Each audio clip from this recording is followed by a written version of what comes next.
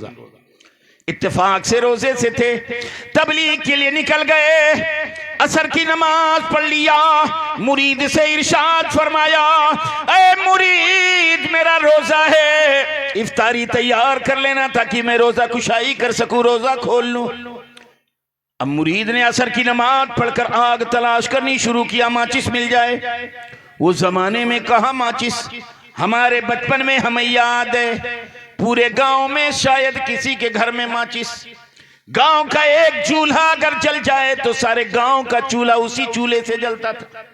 हम लोगों को याद है अगर एक चूल्हा जल गया तो औरतें या बच्चे हैं, बेनी आग दे दो, कंडा या कुछ लेके आती थी, बेनी आग दे दो, आग मांगते। पूरे गांव में शायद किसी के पास माचिस। ये तो हम लोगों के बचपन को, ये बात कमोबेश 1000 साल पहले की। आग नहीं मिल रही है, कैसे इफ्तार तैयार करें। मुरीद आगे बढ़ा गांव में, ए लोगों आग कहीं हो तो दे दो, हमारे पीर का रोजा है, रोजा कुशाई करेंगे। कहीं आग ना मिली, आगे बढ़ा, उस गांव में भी आग नहीं, आगे बढ़ा, देखा आग की ऐसी लपटें जो आसमान से बातें कर रही थी। मुरीद खुश हो गया, अरे बाप इतना भारी आग। जब करीब गया देखा कमोबेश 40,000 लोग उस आग के तवा का तवाफ कर रहे थे, आग का चक्कर लगा रहे थे। जो लोग आग का तवाफ कर रहे थे, एक को पकड़ा, कहे भाई मेरे पीर का रोजा है, इसमें से थोड़ी आग दे दो, मैं अपने पीर के लिए इफ्तारी तैयार कर लूं। कहा तो ये हमारे माबूद हैं, हम इनकी पूजा करते हैं, हम नहीं दे सकते। हाँ देखो खटिए पर मेरा शेख है, अगर मेरा शेख तुम्हें आग दे दे तो हमें कोई एतराज नहीं, जाओ शेख से कहो। शेख के पास आया, शेख मेरे पीर का रोजा है, थोड़ी सी आग दे दे। कहा हटो, इनकी हम पूजा करते हैं। और सुन लो 40 गांव इसके अतराफ में है, 40 गांव के लोगों में से हर गांव के लोग एक बैलगाड़ी लकड़ी रोज देते हैं। इस तरह 40 बैलगाड़ी लकड़ी हम इसमें रोज जलाते हैं। ये हमारे माबूद हैं, अगर हमने तुम्हें इनको दे दिया तो मेरे माबूद का अपमान होगा, लिहाजा चले जाओ। बहुत तेरे समझाया लेकिन नहीं दिया।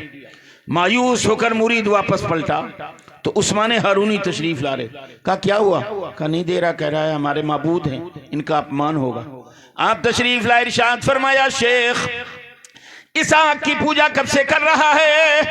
शेख ने कहा हमारे बाप दादा और उससे पहले लोग करते आए हैं, हम करते करते बूढ़े हो गए। ये मेरा पोता जो गोद में है, इसका बाप भी कर रहा है, ये मेरा पोता ये भी करेगा। कहा अच्छा ये बता, तेरे बाप दादा इसकी पूजा करते आए हैं, तेरा बेटा कर रहा है, तू भी करते करते बूढ़ा हो गया, ये आग तुझे जलने से बचाएगी कि नहीं? कहा सुनो आग का काम है जलाना, तो वो तो जलाएगी ही।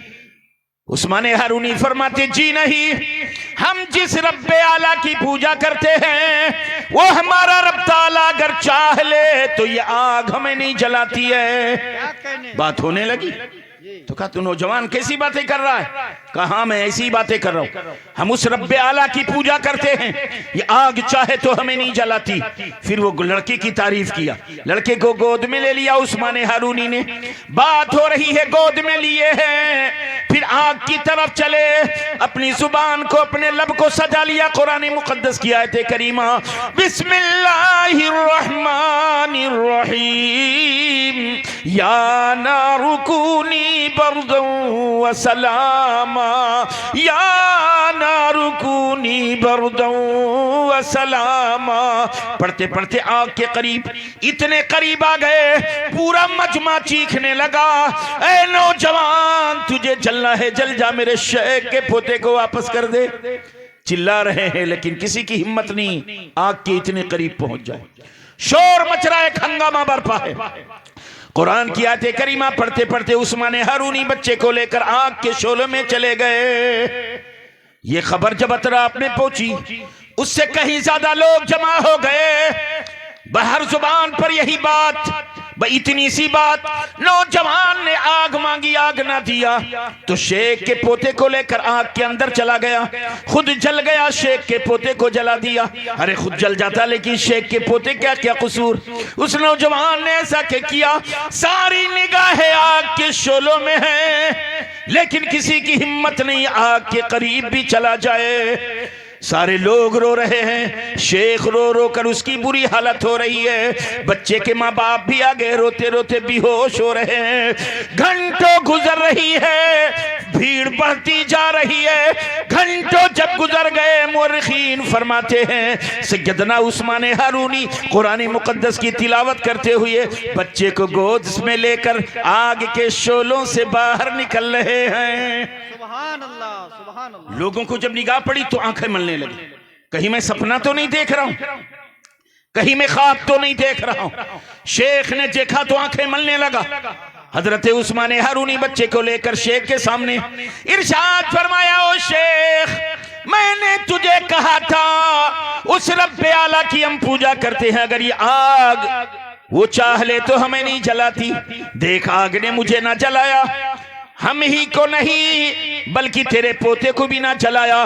तेरे पोते के बदन पर जो लिबास है उस लिबास के एक धागे को भी आग ने ना जलाया। देख सारी फौज, सारे लोग हैरान, सारी अवाम हैरत की निगाहों से देख रही। शेख की आंखें फटी जा रही हैं, सख्ता छा गया, ये क्या हो गया। हजरत उस्मान हारूनी फरमाते हैं, शेख ये ले तू अपना पोता, हम चले अपने रास्ते, आग दे ना दे। हजरत उस्मान हारूनी अभी चंद कदम चले थे, शेख की लड़खड़ाती आवाज फजाओं को चीरती है।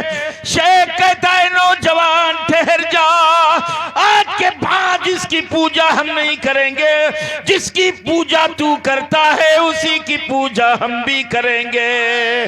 जब शेख ने कलमा पढ़ा तो सारे मजमे ने पढ़ा, ला इलाहा इल्लल्लाह मुहम्मदुर रसूलुल्लाह। सारे मजमे ने कलमा पढ़ लिया। ये अल्लाह के मुकद्दस वलियों की ये तबलीग, और ये खौर है मरदूद, जहां जाते मनहूसियत छा जाती हर तरफ। अल्लाह इनके शर से मुसलमानों की हिफाजत फरमाए। अलगरस ख्वाजा ख्वाजा गरीब नवाज रज़ी अल्लाह ताला अन्हु, आपकी उम्र पाक जब 14 बरस की हो गई, इख्तिलाफ रिवायत, आपके वालिद मोहतरम का साया उड़ गया। आपको वरासत में एक पंचक्की मिली, एक अंगूर का बाग मिला। माँ ने कहा, ओ बेटे तुम्हारे बाप ने अंगूर के बाग छोड़े हैं, जाओ उसकी रखवाली करो, जाओ उसकी देखरेख करो, सरसफाई करो। गरीब नवाज पहली मर्तबा आज अंगूर के बाग में आए, पूरे बाग की सरसफाई किया, जितनी घासें बेजाती हटाया, जितनी पत्तियां बेजाती सब हटा दिया, बाग चमाचम हो गया। गरीब नवाज बैठ गए, कुरान की तिलावत करने लगे। अपने घर आ गए, दूसरे दिन गए, देखा बाग चमाचम है, कहीं एक पत्ती भी बेजा नहीं पड़ी है। कल से ज्यादा आज बाग साफ और शफाफ है। निगाहें तलाश करने लगी, कौन है जो मेरे बागीचे की सफाई करके चला गया। खैर बैठ गए, बाकी सफाई नहीं करनी पड़ी, बैठ कर कुरान की तिलावत करते रहे। शाम हो गई, घर आए, माँ आज मुझे बाग की सफाई नहीं करनी पड़ी। हो सकता है ना गंदा हुआ हो। फिर दूसरे दिन आए, देखा उससे भी पहले से ज्यादा बाग चमाचम हो रहा है। हैरान है, मुझसे पहले कौन बाग की सफाई कर जा रहा है। तीसरे दिन माँ ने कहा, बेटे मोइनुद्दीन ये टोकरी ले जाओ, जितने अंगूर पके हैं, जो खोशे पके हैं, अंगूर तोड़ लाना। गरीब नवाज गए हैं बागीचे में, जाने के बाद देखते ही अंगूर का खोशा पका है, इसे तोड़ना चाहिए। टोकरी अपने से उड़ गई, अंगूर के खोशे अपने से टूटकर टोकरी में आ गए, टोकरी धीरे धीरे नीचे आ गई। हैरान है गरीब नवाज, ये क्या हो रहा है। फिर देखा ये खोशे पके हैं, टोकरी उड़ गई, अंगूर के खोशे टूट गए, टोकरी में आ गए, टोकरी नीचे आ गई, पूरा टोकरी भर लिया। चले आए, माँ कुछ हैरत वाली बात हो गई। माँ से सारी बातें बताई, माँ समझ गई। कहो बेटे मोइनुद्दीन आज जाओ अगर ऐसा हो रहा है तो जरूर तुम्हारा कोई दोस्त है। कह देना कौन हो तुम्हें अल्लाह उसके रसूल का वास्ता। तुम लोग मेरी मदद करते हो तो मदद करना दोस्त का काम है, और जब मदद करना दोस्त का काम है तो दोस्त से पर्दा कैसा सामने आओ। क्या बात है। तीसरे दिन गए, टोकरी उठी, आवाज दिया, तुम्हें अल्लाह उसके रसूल का वास्ता, तुम लोग मेरी मदद कर रहे हो, कौन हो? और मदद कर रहे हो तो मेरे दोस्त होगे, और दोस्त से पर्दा नहीं किया जाता, सामने आ जाओ। 6 लहीम शहीम जिन्नात सामने खड़े, अस्सलामु अलैकुम या गरीब नवाज। इरशाद फरमाया तुम लोग कौन हो? कहा हम कौम अजिन्ना से हैं, जिन्नात कौम से। कहा अच्छा तुम मेरे बाग की सरसफाई तुम ही कर रहे हो? कहा जी हाँ। अंगूर के खोशे तुम ही तोड़ रहे हो? जी हाँ। आपने इरशाद फरमाया मेरे अंगूर के खोशे जो मेरा काम है तोड़ना तुम क्यों कर रहे हो? बाग की सफाई तुम क्यों कर रहे हो? जिन्नात खड़े हैं, कह रहे हो गरीब नवाज, पहले दिन जब आप तशरीफ लाए तो बाग की सरसफाई किया, फिर बैठकर कुरान की तिलावत करते रहे। अल्लाह की इज्जत की कसम, दुनिया में मैंने बहुत से कारियों से कुरान सुना, लेकिन आज तक कुरान की ऐसी तिलावत हमारे कानों ने ना सुना। आप जब कुरान की तिलावत कर रहे होते हैं तो लगता है फजाएं रुक गई हो, हवाएं रुक गई हो, फिजाएं कुरान की तिलावत सुन रही हो। हम लोग कुरान सुनने में ऐसे मस्त हो जाते, और आप जब कुरान की तिलावत बंद कर दिए तो हम लोग अफसोस करने लगे। फिर दूसरा दिन हुआ, हम जिन्नातों ने मशवरा किया, हजरत आएंगे तो पहले बाग की सफाई करेंगे तब कुरान पढ़ेंगे, तो चलो बाग की सफाई हम कर देते हैं ताकि मुइनुद्दीन सिर्फ हमें कुरान की तिलावत सुनाए। सुभान अल्लाह। इसलिए हम खिदमत कर रहे हैं। सुभान अल्लाह। अलगरज ये खातिम है। अलगरज गरीब नवाज वालिदे मोहतरम दुनिया से जा चुके हैं। अचानक एक फकीर आ गए, ए बेटे भूख की शिद्दत हमें तड़पा रही है, कुछ खिला दो। ये कौन है? एक मजजूब है। गरीब नवाज ने देखा एक बुजुर्ग, जल्दी से अंगूर के खोशे थोड़े धुले, धुलने के बाद पोंछ पोंछ कर उनको पेश कर रहे हैं, पोंछ पोंछ कर उन्हें खिला रहे हैं। उस बुजुर्ग ने कहा बेटे तेरा नाम क्या है? कहा मेरा नाम मुइनुद्दीन है। वैसे घर वालों ने नाम हसन रखा है और मुइनुद्दीन भी रखा है। कहा वालिद का नाम क्या है? कहा सैयद गयासुद्दीन। इतना सुनना था, उछलने लगे, आवाज देने लगे, या रब्बल आलमीन, या रहमर राहिमीन। मंजिल मिल गई, मंजिल मिल गई, मंजिल मिल गई, मौला मंजिल मिल गई, मंजिल मिल गई। गरीब नवाज खड़े हैं, क्या है? कहो बेटे 30 साल से आधी रोटी लेकर मैं तुझे ढूंढ रहा हूं, 30 साल से आधी रोटी लेकर तुझे ढूंढ रहा हूं। ये आधी रोटी किसी की इजाजत से मैंने खाया, और आधी रोटी फरमाया था मुइनुद्दीन को दे देना, जो गयासुद्दीन का बेटा है उसे दे देना। 30 साल से आधी रोटी लेकर मैं तुम्हें ढूंढ रहा हूं, 30 साल हो गए, रोटी खराब भी नहीं हुई। अल्लाह की शान देखो, सुभान अल्लाह। अल्लाह वालों के हाथ से और उनके दर से जो निस्बत हो जाए, खुदा की कसम वो चीज भी लाजवाब हो जाती। 30 साल से लेकर घूम रहे। गरीब नवाज ने वो रोटी खाया, और रोटी जब खाए, अब अंगूर के बागीचे में मन नहीं लग रहा है, किसी कारोबार में मन नहीं लग रहा है, बेच दिया। बेचने के बाद सारा पैसा लाकर चौराहे पर रख दिया। जरूर ऐ लोगों, जिसको जरूरत हो पैसा ले जाओ। सब उठा ले गए जल्दी से।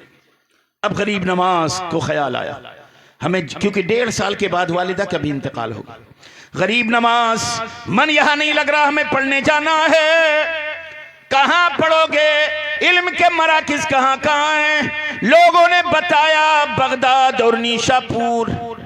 गरीब नवाज बगदाद की तरफ सफर शुरू करते हैं। रास्ते में बयाबान, जंगल, डाकुओं का खतरा, चोरों का खतरा। गरीब नवाज ने कुछ पैसे लिए, कुछ तोशेदान में कुछ खाने पीने की चीजें लिए, सफर शुरू कर दिया। रास्ते में 2 डाकू मिले, एक मामूली सी झोपड़ी थी। कहा बेटे इधर आओ। कहा क्या बात है? कहा भूख की शिद्दत तड़पा रही है, कुछ हो तो खिला दो। गरीब नवाज ने तोशेदान पलट दिया, कहा मेरे पास इतना ही खाना है, खा लो। उन लोगों ने खाना खाया, सारी चीज ली। कहा ए नौजवान, कुछ पैसे हो तो हमें दे दो। गरीब नवाज के पास जितना पैसा था सारा का सारा पैसा उन लोगों को दे दिया और इरशाद फरमाया, ए लोगों, हमारे पास जितना पैसा था सब कुछ मैंने दे दिया, जितना खाना था तुम्हें दे दिया। अल्लाह के इज्जत की कसम, हमारे पास न पैसा है न खाना है, अगर इससे तुम्हारी जरूरत पूरी ना हो तो हमें माफ कर देना। तो उन लोगों ने कहा, ये बता नौजवान, खाना जितना था हमें दे दिया, पैसा जितना था तूने हमें दे दिया, तुझे कहां जाना है? कहा बगदाद। कहा तुझे मालूम है बगदाद यहां से कितनी लंबी मसाफत है? पैदल चलने वालों के लिए यहां से बगदाद फरमा रहे 1 महीने की मसाफत है। 1 महीने की मसाफत है पैदल चलने वालों के लिए। तूने सारा पैसा हमें दे दिया, खाना हमें दे दिया, रास्ते में तुझे भूख की शिद्दत तड़पाएगी, खाना कहां से खाएगा? जवाब सुनो, जवाब देते, ए लोगों, इस बयाबान में जब तुम भूखे हुए तो रब ताला ने मेरे जरिए तुम्हें खाना खिलाया, मुझे भी भूख लगेगी तो अल्लाह मुझे भी किसी के जरिए खाना खिलाएगा। भाई तुझको अल्लाह खाना दे रहा है, तू मुझको नहीं देगा? तुझको खाना मेरे जरिए दिया, मुझे भी खाना किसी के जरिए देगा। वो इतने मुतासिर हुए, उन्होंने माफी मांगा। कहा ए नौजवान, हमें माफ कर दो, हम कोई मुसाफिर नहीं, हमें डाकू, हमारा काम है कि यहाँ डकैती डालना, हमारा काम है लोगों का सामान लूट लेना, जान से मार देना। लेकिन ए नौजवान, आज से मैं तेरे हाथ पर तौबा करना चाहता हूँ, तौबा करा ले, कलमा पढ़ा दे, मुझे अपने हल्के मुरीदी में ले ले। आपने तौबा कराया और उसके बाद कलमे तैयबा पढ़ाया, इस्तग़फ़ार पढ़ाया, फिर आपने मुरीद भी कर लिया। जब मुरीद हो गया, कुछ वक्फा ठहरे रहे, कुछ वक्फा ठहरने के बाद अब जरा देखो, थोड़ी दूर तक ये लोग भेजने जाते, मेरे पीर जा रहे हैं, वो साथ जा रही है, गरीब नवाज जा रहे, पीछे पीछे दोनों चल रहे हैं। अचानक एक झोपड़ी मिल गई, एक बुढ़िया निकली, ए मुसाफिरो, तुम्हें भूख की शिद्दत तड़पा रही होगी, खाना खा लो। ये 3 लोग गए, खाना खाए, बड़ा उम्दा लजीज खाना, खाना होना खा के उसके बाद ये लोग शुक्रिया अदा करके आगे बढ़ते बढ़ते जाते। अब एक वक्त ऐसा आया, एक लम्हा ऐसा आया कि दोनों ने कहा, अब पीरो मुर्शिद आप तशरीफ लाए, हम अपने वतन की तरफ वापस जाएंगे। गरीब नवाज का सफर आगे से शुरू हो गया। ये दोनों जब मिले तो उजाला फैल चुका था, चंद भी मील नहीं चले थे, बुढ़िया की झोपड़ी जहां खाना खाया था ज्यादा दूर नहीं था। वापस आए, सुबह हो चुकी थी, देखा, देख कर कहते हैं, अल्लाह की इज्जत की कसम, यहाँ कोई ना मकान है ना कोई झोपड़ी है, बल्कि वो खाना तो अल्लाह ने हमें गैब से खिलाया था। ये गरीब नवाज है, अल्हम्दुलिल्लाह आगे बढ़ रहा है। गरीब नवाज जब हिंदुस्तान, बात बहुत लंबी हो जाएगी, मैं थोड़ा, शायद हजरत आ चुके हैं, चाय गई, क्योंकि बात बहुत लंबी हो जाएगी, इसलिए मैं बिल्कुल अब समेट रहा हूं, वरना तफसीली बयान करने चाहिए कम से कम कई रात चाहिए। दुरूद पाक पढ़ें, अल्लाहुम्मा सल्लि अला सय्यिदिना मौलाना मुहम्मदिन मअदिनिन जूदी वल करम वाली बारिक वसल्लिम सलातो व सलामन अलैका या रसूल अल्लाह।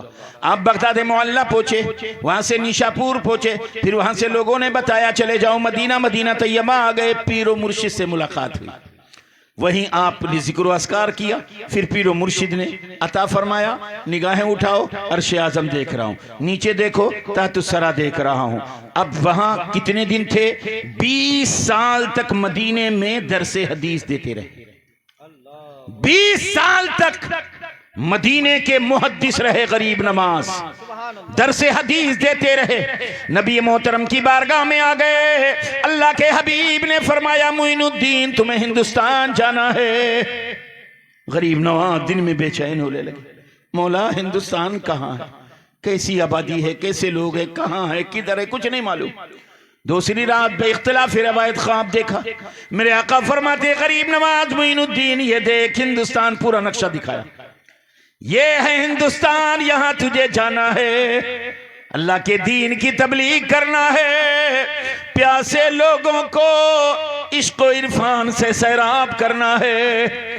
गरीब नवाज मदीने से चल रहे हैं, इधर पृथ्वीराज की जो माँ थी तस्बीता, ये बहुत बड़ी काहिना, बहुत बड़ी काहिना थी। इसने ख्वाब देखा कि एक नूरानी सूरत है, ये शख्स आया है और हमारे बेटे पृथ्वीराज की सल्तनत को टुकड़े टुकड़े कर दिया। इसने सुबह आवाज दिया, ज्योतिषियों इधर आओ, ऐ पादरियों इधर आओ, मैंने अजीब ख्वाब देखा है। ख्वाब बयान कर रही है। तब एक शख्स ने कहा, ऐ महारानी साहिबा, मेरे पास ऐसी विद्या, ऐसा मंत्र है कि तुम बयान करो हो लिया, मैं खुद पढ़ाई करता रहूंगा, उस शख्स का चेहरा मेरे सामने आ जाएगा। मैं चाहता हूं अपने मंत्र के जरिए उस शख्स को सामने लिया हूं, मैं होलिया बताऊं और लोग उसकी तस्वीर बनाएं, इसलिए मुसव्विरों को बुला लो। अब तारीख उठाओ। अलगरज वो शख्स मंत्र पढ़ना शुरू कर दिया, गरीब नवाज को देखने लगा। मोर्रिखीन फरमाते 4 हिंदुस्तान के बड़े बड़े मुसव्विर, तस्वीर बनाने वाले, आज जिसे पुलिस महकमे में होते हैं, होलिया बयान करो वो तस्वीर बनाते हैं, 4 कोने पर 4 मुसव्विर खड़े किए गए। अब ये मंत्र पढ़ता शुरू कर दिया, गरीब नवाज का चेहरा सामने, बयान करते जा रहा है। 4 मुसव्विर तस्वीर बनाते जा रहे हैं। चारों ने जब तस्वीर बना कर इकट्ठा की तो चारों ने गरीब नवाज की तस्वीर बना दी।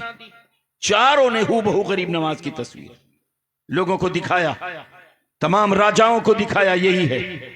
तस्बीता ने कहा, यही तो है जिसे मैंने ख्वाब में देखा है, यही है। अलगर राजाओं को बुला लिया, कई राजाओं, और उस फोटो को कई फोटो में बदला गया। ऐ राजाओं सुन लो, जो इसको कत्ल कर देगा, माज़अल्लाह माज़अल्लाह, जो इसको कत्ल देख कर देगा उसको बहुत बड़ा इनाम दिया जाएगा, उसे बहुत बड़े बड़े इलाके अता कर दिए जाएंगे। ऐलान हो गया, लोग तस्वीर गरीब नवाज की जेब में रख लिए बिखर गए। मुल्तान के पास एक शख्स है, बहुत बड़ा पंडित, जिसका नाम था राम प्रकाश। राम प्रकाश ने देखा गरीब नवाज को, यही तो है जिसका फोटो मेरे पास। तो उसने क्या किया, जल्दी से वापस हो गया। वापस होने के बाद घर गया, नहाया, नहाने के बाद दाढ़ी थी पहले से, टोपी लगाया, कुर्ता पैजामा पहना, मुसलमान का होलिया बना लिया। और गरीब नवाज के सामने जब आया तो फोटो देखा, गरीब नवाज को देखा, फोटो देखा, करीब आया, कहा अस्सलामु अलैकुम व रहमतुल्लाह। गरीब नवाज मुस्कुराए, वालेकुम, बस मुस्कुराए, समझ गए गरीब। कहने लगा, हुजूर आपका वेलकम है, स्वागत है, अहलन व सहलन मरहबा, आप हमारे वतन आए हैं, हुजूर मैं चाहता हूं गरीब खाने पर दावत कबूल फरमा ले। गरीब नवाज ने फरमाया, हम फकीर आदमी, हमें दावत की जरूरत नहीं, हम कहीं दावत नहीं खाते हैं। बजिद हो गया, नहीं हुजूर आपके कदम हमारे वतन में पड़े हैं, हम चाहते हैं ये कदम हमारे गरीब खाने पर पड़ जाए। लेकिन उसने क्या किया, इधर तमाम नौजवान को तैयार कर लिया, असलहे से लैस हो जाओ, फौज तैयार कर लिया, असलहे से लैस हो जाओ, असलहा तैयार रखो, उसको मैं ला रहा हूं, वही कत्ल कर देना। गरीब नवाज से जब बजिद हो गया, नहीं आपको दावत कबूल करनी है, गरीब नवाज ने फरमाया ठीक है चलो। तशरीफ ला रहे तो दालान में पहले रोक दिया ताकि अंदर जाऊं, वो लोग तैयार है कि नहीं देख लूं। अंदर जब जाने लगा, गरीब नवाज फरमाते हैं, ऐ राम प्रकाश, जिस काम के लिए तुम मुझे लाए हो वो काम कब करोगे? हाय हाय, इतना कहना था कि कदमों में गिर गया, और गिरता है फौरन कलमे तैयबा पढ़ लेता। पहला यही शख्स है राम प्रकाश, जिसने हिंदुस्तान में पहला शख्स है जिसने कलमा पढ़ा था। उसके बाद फौज को इशारा कर दिया, ये खबर पहुंच गई राम प्रकाश तो कलमा पढ़ लिया। तो एक बहुत बड़ा राजा था, वो राजा, उसने सोचा मैं जरूर उस शख्स को, क्योंकि जितने लोग गरीब नवाज के दामन में आते रहे कलमा पढ़ते रहे, जो लोग आते रहे कलमा पढ़ते रहे, तो एक बहुत बड़ा राजा, वो उसने अपनी फौज को तैयार कर लिया। तैयार रखो, उसको मौत के घाट उतारना। अलगरज कुछ लोग गए, दावत ले लिए, माँ ने नहीं दावत ले लिया। गरीब नवाज को इतना मनाया कि आपने कहा ठीक है। इधर खाने में जहर मिला दिया गया, खाने में जहर मिला दिया गया। फौज खड़ी है, राजा दूसरी जगह है, दावत दूसरे महल में हो रही है।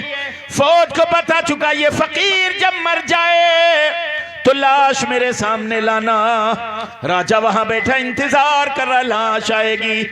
इधर गरीब नवाज जब खाने पर बैठे और खाने को देखा तो मुस्कुराए और पढ़ा बिस्मिल्लाहिर्रहमानिर्रहीम, बिस्मिल्लाहिल्लज़ी ला यज़ुर्रु मअ इस्मिहि शैउन फिल अर्दि वला फिस समाई व हुवस समीउल अलीम। और जो कुछ पढ़ना था पढ़े, और सारी फौज खड़ी देख रही। और गरीब नवाज ने फूंक छोड़ दिया। खाने में जितना जहर था सारा जहर एक एक दाने से निकलकर एक पुड़िए में आ गया। बगल में कुछ रख दिया था उसी में आ गया, सारा जहर आ गया। अब सारे फौजी कांपने लगे। उसके बाद इरशाद फरमाया कि तेरा राजा कौन है? ये राजा, ये तेरा राजा धोखेबाज है, मेहमानों के साथ धोखा करता है। ऐसा राजा है जो मेहमानों के साथ गद्दारी करे, मेहमानों के साथ धोखा करे। ये पुड़िया ले जाओ, अपने राजा को दे देना, ये खत अपने राजा को दे देना। फौज जा रही है वापस। फौज जब चली, इधर राजा इंतजार कर रहा है, आए खुशखबरी अभी मिलेगी, खुशखबरी मिलेगी। आए फौज खड़ी हो गई, कहा क्या हुआ, मर गया कि नहीं? तो उसने कहा नहीं साहब, ये जहर की पुड़िया ले लीजिए और ये खत ले लीजिए। कहा पुड़िये में क्या है? कहा जो जहर खाने में मिलाया गया था, न जाने कौन सा उसने मंत्र पढ़ दिया है कि खाने में जितना जहर था सारा जहर निकलकर पुड़िये में आ गया। अब यह हैरत में है। उसके बाद कहा ये खत लिखा, खत में क्या लिखा है? पढ़ो, खत पढ़ के सुनाया जाए। अब खत पढ़ा जा रहा है, खत पढ़कर सुनाया जा रहा है कि तुम एक राजा हो और ऐसे राजा कभी किसी मेहमान के साथ गद्दारी नहीं करते हैं, मेहमानों को धोखा नहीं देते हैं। तुमने मेहमानों के साथ गद्दारी किया है, तुमने मेहमानों को धोखा दिया, तुम राजा कहलाने के लायक नहीं हो। खत पढ़ा जा रहा। मां ने ये सुना, सुनते सुनते बेहोश होकर हार्ट अटैक होकर मर गई। ये भी इसकी ताब ना ला सका और जहर की पुड़िया खाकर ये भी मर गया। ये खबर राजा तक पहुंच गई, पृथ्वीराज तक। या तो लोग मर जा रहे हैं या उसके दामन में आ जा रहे हैं। पृथ्वीराज बड़ा बेचैन है। फौज को कहा अलर्ट हो जाओ, तैयार हो जाओ फौज। तब एक शख्स ने कहा ऐ राजा जान बख्श दो तो मैं एक बात कहूं। कहा बोल जल्दी, क्या बात है? कहा सुनो, अरे ये आम इंसान नहीं है, अनाज सागर का सारा पानी एक प्याले में ले लिया, कहीं तुम्हारी सारी फौज को दूसरे प्याले में ना ले ले। इसलिए होश से काम लेना, ताकत का इस्तेमाल ना करो। हाँ मैंने सुना है ये मुसलमान बड़े रहम दिल होते हैं, बड़े रहम दिल होते हैं, इनसे रिक्वेस्ट करो, अर्ज करो, मान जाएंगे। तो राजा आके बड़ी प्यार से कहा था कि रियाया मर रही है, भूखे जानवर मर रहे हैं, प्यासे मर रहे हैं, बच्चे मर रहे हैं, बूढ़े मर रहे हैं, बीमार मर रहे हैं, पानी नहीं है। गरीब नवाज ने फरमाया लोटा ले जाओ, एक प्याला ले जाओ और ये पानी अना सागर में डाल दो। फिर वो पानी भर गया। अल्लाहु समद। गरीब नवाज रज़ी अल्लाह ताला अन्हु पर ताकत इस्तेमाल करता रहा, लेकिन गरीब नवाज के सामने अल्लाह तबारक व तआला ने वो अपनी अजीम फजल व करम से वो ताकत दी थी कि दुनिया की सारी ताकतें उनके सामने फेल है। एक दिन क्या होता है, एक पंडित अपनी लड़की को, लड़की देखती है मेरा बाप रोजाना दूध गाय की निकालता है और मेरे बाप मंदिर जाते हैं, दूध पेश करते हैं, अल्लाह समद, उस बुत को दूध पिलाते हैं। देखती देखते वो जवान हो गई थी। एक दिन पंडित बाप से कहने लगी लड़की, वालिदे मोहतरम आप आज दूध न पिलाने जाएं, आज आपकी तबीयत अलील है, आप मुझे इजाजत दे कि मैं जाऊं दूध पेश कर दूं। लड़की को यही मालूम था कि दूध जाते हैं देवी देवताओं को पिलाते हैं। अलगरज लड़की दूध का प्याला लेकर, पहले मंदिर कहाँ होते थे हम लोग जानते हैं, झाड़ियों में कहीं होते थे, कोई कब्बो गया तो गया। अब तो सिर्फ मंदिर बना रहे रोड पर, इसलिए कि हमारा मकान खैरियत से रही, हिफाजत में रहे। मंदिर कोई गिराएगा नहीं, तो आगे मंदिर पीछे मकान, आगे मंदिर पीछे मकान। और ना पहले झाड़ियों में मंदिर ज्यादा होते थे। अलगरस वो लड़की दूध का प्याला लेकर गई और खड़ी हो गई, कहा दूध पी लीजिए। तो भाई पत्थर की मूर्ति दूध क्या पीती? लड़की कहने लगी दूध पी लीजिए, हरकत नहीं हो रही। लड़की कह रही मेरे बाप रोजाना आते तुम्हें दूध पिलाते हैं, पी लेते हो, आज मेरे हाथ से दूध नहीं पीते हो। चिल्लाती रही लड़की कहती। फिर उसने सर पटका, कहा सुनो, मेरे बाप से रोज दूध पीती हो, आज अगर तुमने मुझसे दूध ना पिया तो मैं अपना सर पटक पटक कर फोड़ दूंगी, अपने आप को हिलाक कर लूंगी। भाई कुछ भी करो, मूर्ति तो मूर्ति, वो दूध कहां से पी? पटकी सर, अभी भी पी लो, वक्त है। फिर पटकी सर, माथे से खून निकलने लगा, दूध पी लीजिए, नहीं पी रहा है।